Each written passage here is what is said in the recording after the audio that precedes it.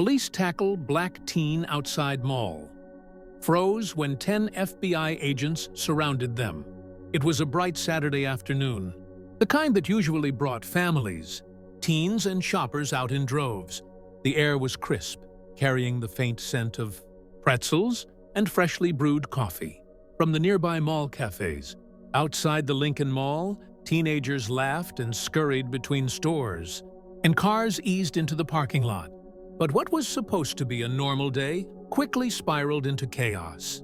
Marcus Johnson, a 16-year-old with a backpack slung over one shoulder, was walking toward the food court when he noticed a commotion near the main entrance. Two police officers had a young man pressed against the brick wall, hands behind his back, their grips firm but tense. Marcus froze as he realized the young man being tackled looked just like him. Black teen, roughly his age. "Sir, step away from the wall," one of the officers barked, his voice sharp, commanding attention. The teen didn't resist, but his shoulders shook with fear. Marcus's stomach twisted as he watched, a mix of disbelief and horror coursing through him.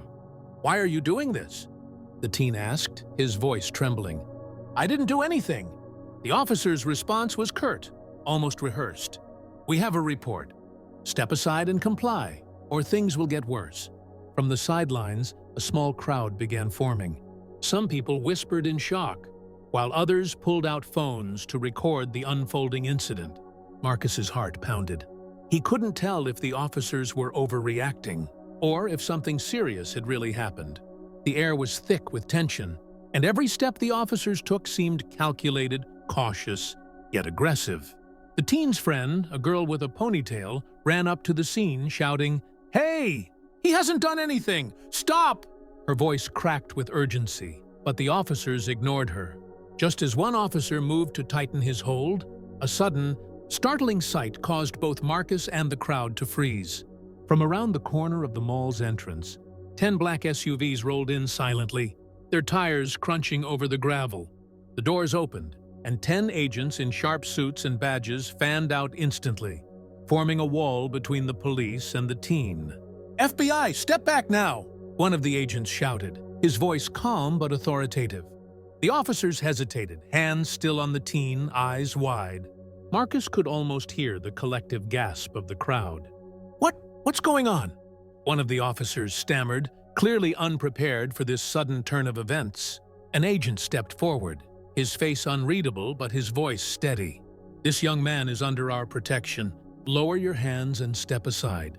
The police officers exchanged glances, confusion and tension flickering across their faces.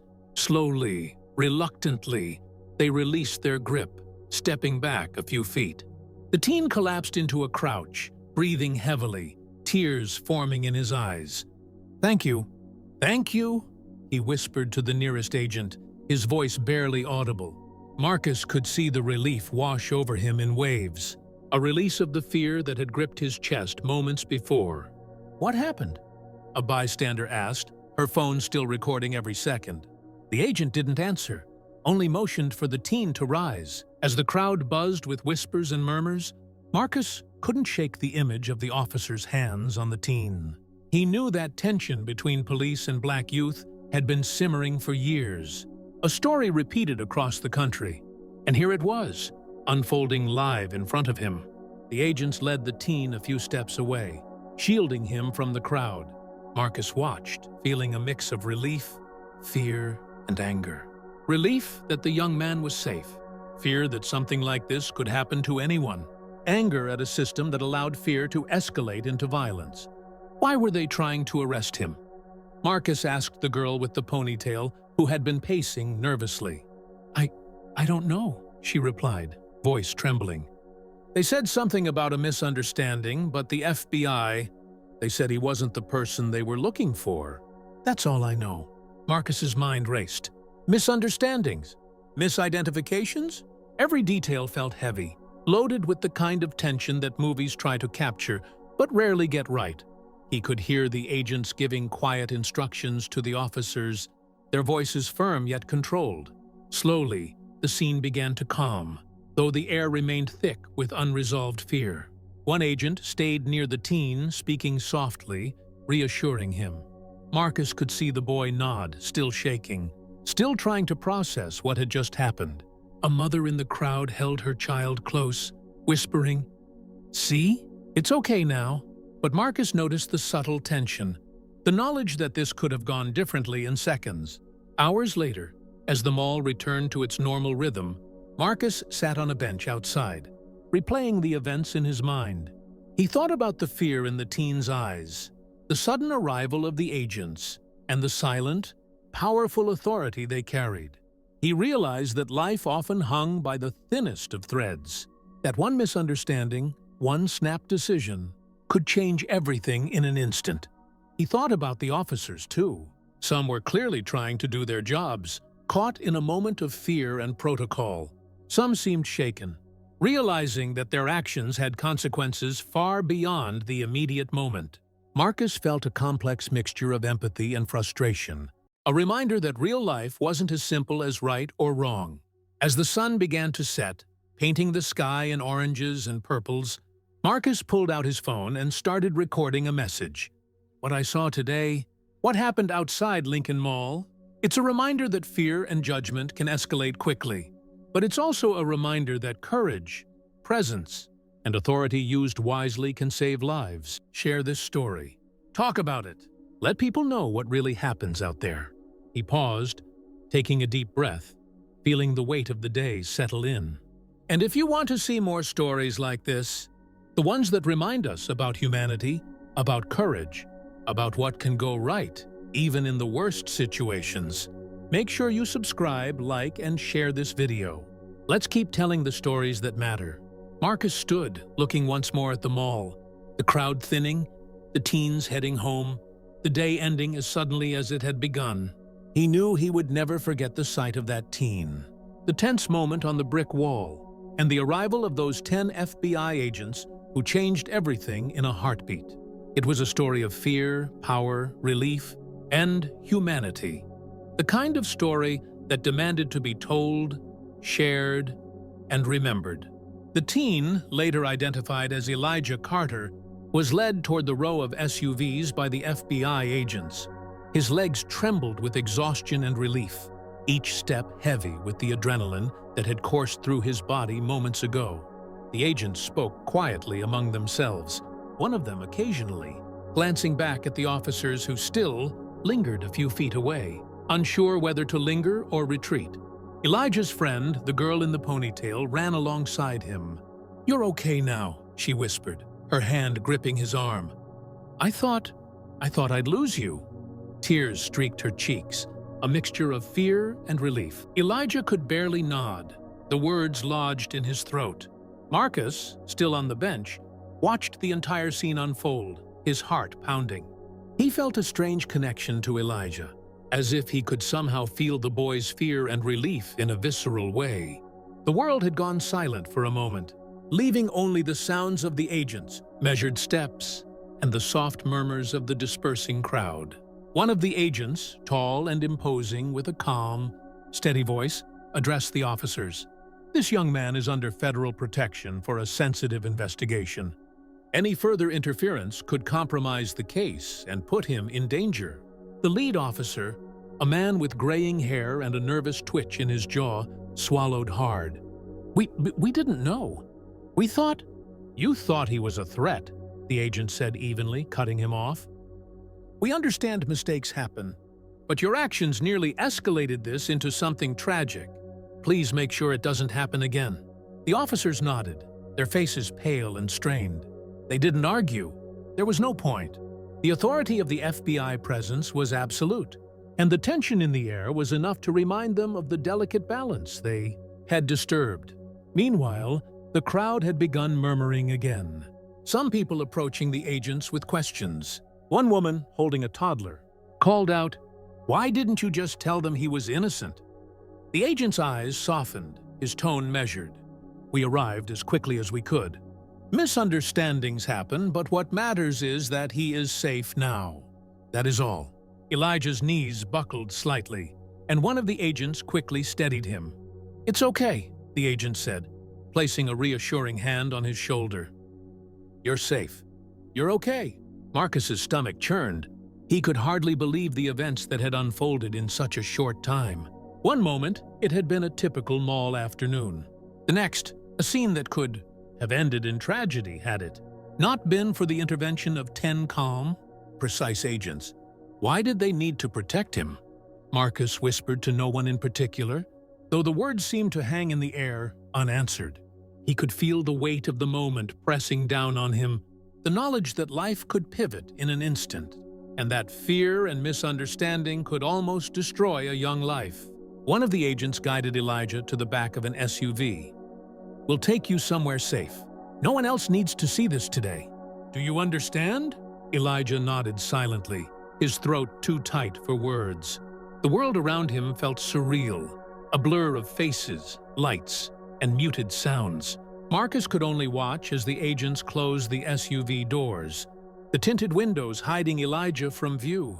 The crowd slowly began dispersing, whispers turning to chatter, and then silence. Marcus's gaze lingered on the vehicles as they pulled away.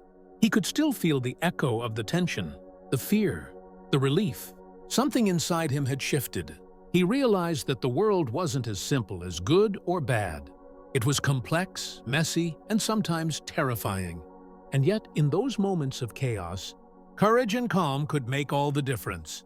He decided to follow the story, to understand more. Over the next few hours, news reports began to trickle in. Teen mistakenly detained outside Lincoln Mall. FBI intervenes, read one headline. Videos captured by bystanders circulated on social media, showing the confrontation, the sudden arrival of the agents, and the palpable tension that had gripped the crowd. Comments poured in, some sympathetic, others angry. "This could have ended badly," one commenter wrote.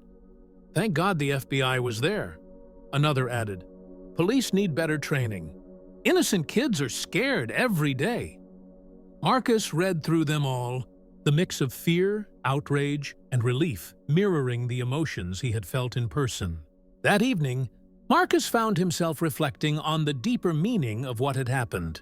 He thought about Elijah, the teen who had been so close to a terrifying escalation. He thought about the officers, the agents, and the crowd of onlookers. Each had played a role in a story that could have ended very differently. "Sometimes," Marcus whispered to himself, "it's the calm in the storm that saves lives. And sometimes, the storm teaches you lessons you'll never forget." He pulled out his phone and began recording a message. "Today, I witnessed something that changed the way I see the world. I saw fear, I saw courage, and I saw the power of calm authority.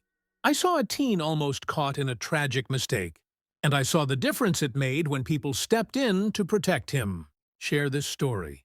Talk about it. Let people know what really happens when fear collides with authority." He paused, taking a deep breath. And if you want to see more stories like this, stories that remind us of humanity, of courage, and of the moments that change lives, make sure to subscribe, like, and share this video. Let's keep telling the stories that matter. The next day, Marcus visited the mall again, walking past the same brick wall where Elijah had been pressed moments before. The area was calm, almost eerily so. Storefronts gleamed, families strolled past, and teens laughed and ran toward the food court. But Marcus could still feel the echoes of what had happened. He thought about the friends and families who watched helplessly, the officers who acted out of fear, and the agents who arrived with precision and calm. He realized that every story had multiple layers, multiple perspectives, and multiple truths. What mattered most, he concluded, was that someone had acted when it counted, that someone had intervened before fear became tragedy. In the following weeks, Marcus stayed in touch with Elijah and his family. They spoke often, sharing stories, fears, and hopes. Elijah recounted the moments of terror, the relief when the agents appeared, and the overwhelming sense of vulnerability that had gripped him. Marcus listened, learning more about courage, empathy, and the importance of standing up for what was right. Together, they began to share their story online, not as a sensational headline, but as a reminder of humanity, responsibility, and the fragile nature of trust. The video Marcus posted grew quickly, resonating with people from all walks of life. Comments poured in. parents, teens, and educators thanking them for sharing, reflecting, and teaching lessons that couldn't be learned in a classroom. One comment stood out. "This isn't just a story about fear or authority. It's about humanity. Thank you for showing what courage looks like." Marcus read it and nodded. That was exactly what he wanted people to understand. Months later, Marcus sat at his desk, reviewing footage from that day. Every frame reminded him of how quickly life could change. He thought about the fear, the relief, and the quiet moments of courage. He realized that the story wasn't over. It lived in every person who had witnessed it, in every conversation sparked by the video, in every reflection about what it meant to act with compassion and clarity under pressure. As the sun set outside, casting long shadows across his room, Marcus typed a final note for the YouTube video description. "Sometimes, fear and misunderstanding almost destroy lives. Sometimes courage and calm intervention save them.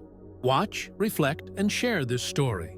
Let's remember the moments that matter. Subscribe, like, and share for more real stories that remind us of what humanity is capable of."